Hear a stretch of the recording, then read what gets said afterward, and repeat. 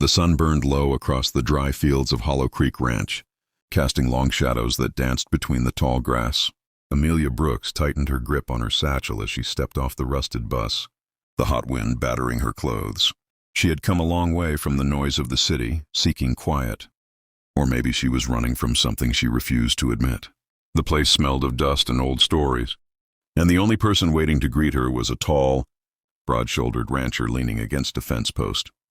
His name was Cole Hartman, known across 3 counties not only for his ranch but for his silent strength and an uncanny instinct for danger. When he tipped his hat at her, she felt immediately that he was not the kind of man who wasted words.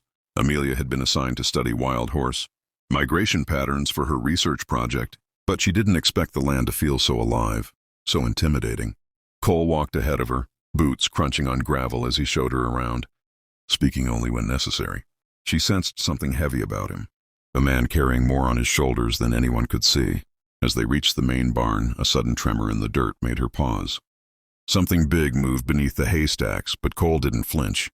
Instead, he looked at her with that quiet confidence, a man used to reading the land like a book.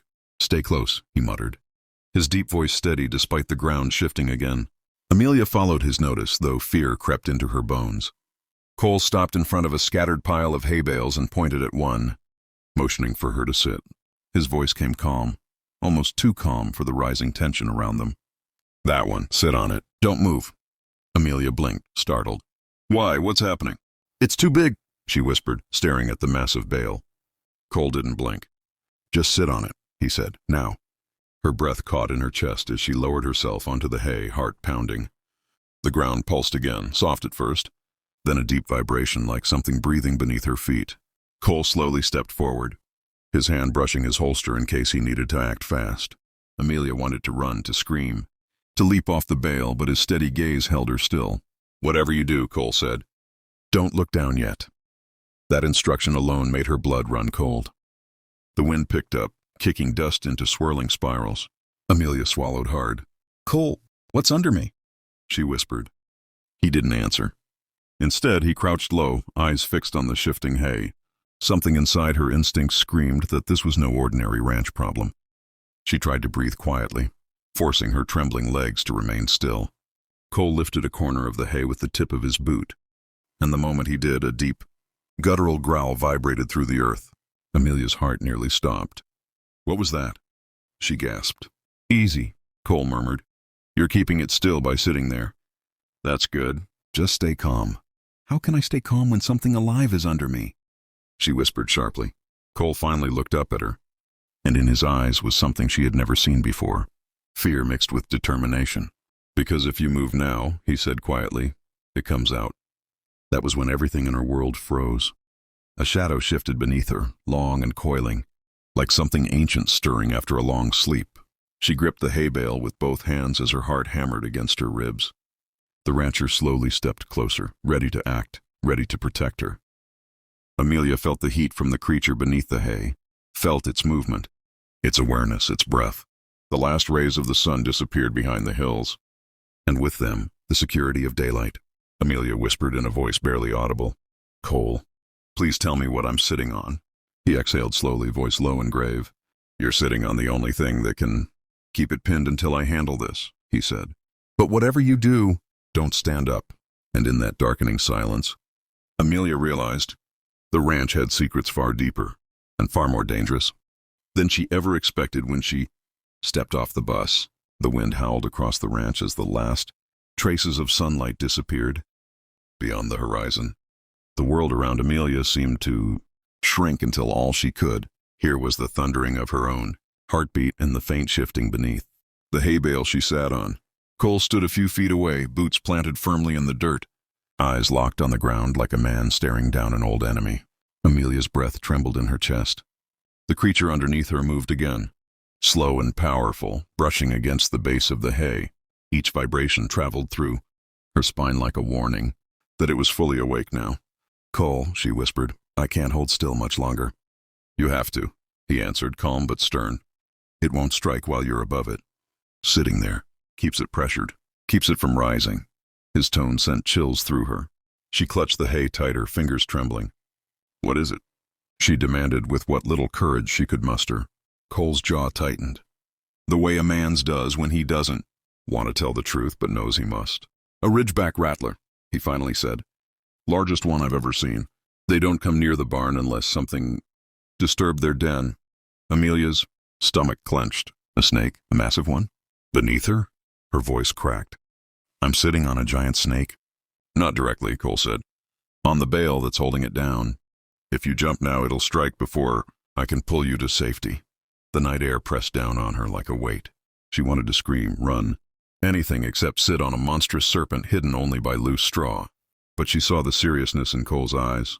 This man had faced wild mustangs, storms that tore fences apart, and predators that roamed the valley. Yet this had him tense. How did it even get here? Amelia whispered, staring at him, hoping he'd tell her something comforting. He didn't. Something's been driving wildlife toward the ranch lately. Horses bolted earlier. Cattle refused to come near this barn. I thought it was coyotes or mountain lions. He paused. Not this. The ground pulsed harder now. A slow, deliberate coil tightening beneath her. Amelia's throat tightened with panic. Cole, it's moving more. Please do something. He nodded once and exhaled deeply, the way a man prepares for a dangerous chore he can't avoid. I'm going to lift the bale slowly. When I tell you, you run straight to the fence. Don't look back. Don't slow down. Amelia's pulse hammered. And what about you? Cole tipped his hat back slightly, revealing the sharp, steady focus of a man ready to risk himself without hesitation. I'll deal with what comes out. Wait, you didn't know whether to be terrified or grateful. Maybe both. Cole stepped forward, crouched low, then placed both hands firmly on the side of the hay bale. On my count, he murmured. 3, 2. The ground suddenly jerked as the creature twisted violently beneath her, and Amelia let out a small cry. Cole froze. Easy, he whispered. It's testing the weight. Stay still. Tears stung Amelia's eyes, but she fought them back. She wasn't going to break, not now. Not while someone else's life was also on the line. She steadied her breathing, gripping the rough hay until it scratched her palms. Cole waited until the creature settled again, then lowered himself. We're doing it now, he said softly. 1, 2, 3. With a swift, controlled motion, Cole lifted the bale just enough for Amelia to slide off. Run, he barked. And she did. She leapt from the bale, legs pumping through the dirt as she sprinted toward the fence. The moment she was clear, she heard it, a deep, terrible hiss that cut through the night. Amelia didn't dare look back, but she heard Cole shout, heard his boots skid as he braced himself. The rattler struck upward with the force of a whip cracking. Cole dodged, grabbing a long metal rod leaning near the barn wall. Amelia reached the fence and spun around despite his warning. What she saw made her stomach drop. The snake was enormous, thick as a man's arm, scales reflecting the moonlight like shards of obsidian. It towered upward, coiled to strike again. Cole moved slowly, expertly, trying to angle the rod between the snake's movements. Stay back, he shouted when he saw Amelia staring. But she couldn't leave him, not when he had risked himself for her. Summoning courage she didn't know she had, Amelia grabbed a nearby bucket and hurled it at the snake's tail. The loud clang startled the rattler just long enough for Cole to act. With one decisive motion, he pinned its upper body to the ground using the rod's flat edge. The snake thrashed violently, but Cole held firm, muscles straining, jaw clenched. Stay down, he growled through his teeth. Amelia ran to his side, helping him press the rod deeper until the rattler finally stilled, beaten not by force but by precision and timing. Slowly, painfully, its coils slackened. When it finally fell motionless, Amelia collapsed to her knees, trembling. Cole tossed the rod aside and, for the first time since she arrived, allowed himself a breath of relief. You did good, he said gently. You listened. You stayed strong. Amelia looked up at him, still shaking. I couldn't leave you. Cole helped her stand, his steady hand grounding her. You're tougher than you think, he said softly.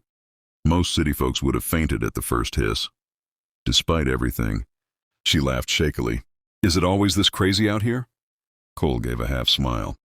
Out here the land tests you, but it also reveals who you really are. The horses in the distance whinnied, softly as the ranch settled into an uneasy calm. Amelia looked at the stars above, realizing she wasn't running anymore.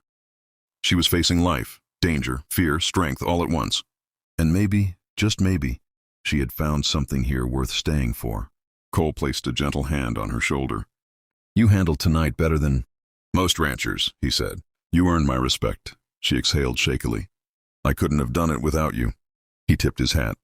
"Stick around, Amelia. This ranch might just change you." The night wind quieted, and for the first time she felt safe. Not because danger was gone, but because she knew she could face whatever came next. And she wasn't alone.